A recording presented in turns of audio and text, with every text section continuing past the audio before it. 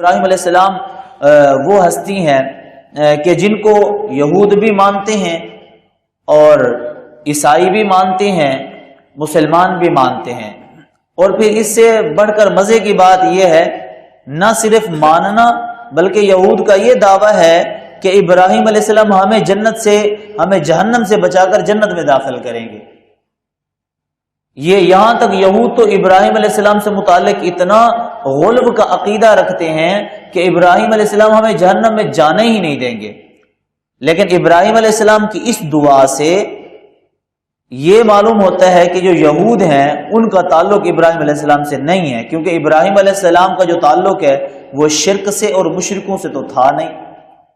تو جبکہ یہود ہیں ان کے اندر تو شرک کی اور مشرکانہ بیماریاں پیدا ہو گئی ہیں، تو ان کا تعلق تو دور دور تک ابراہیم علیہ السلام سے نہیں۔ قرآن پاک نے بھی ان کے عقیدے کا رد کیا۔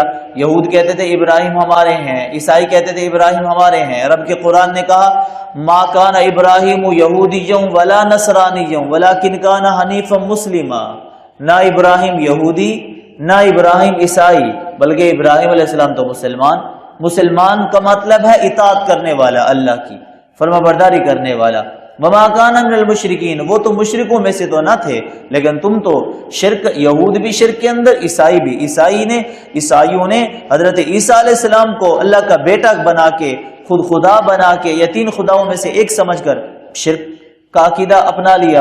اور یہودیوں نے عزیر علیہ السلام کو اللہ کا بیٹا بنا کر وقالت الیہود عزیر ابن اللہ، عزیر علیہ السلام کو اللہ کا بیٹا بنا کر دیگر شرک جیسے عقائد پیدا کر کے ابراہیم علیہ السلام سے یہ دور ہو گئے، ابراہیم علیہ السلام کے نقش قدم پر نہیں ہے۔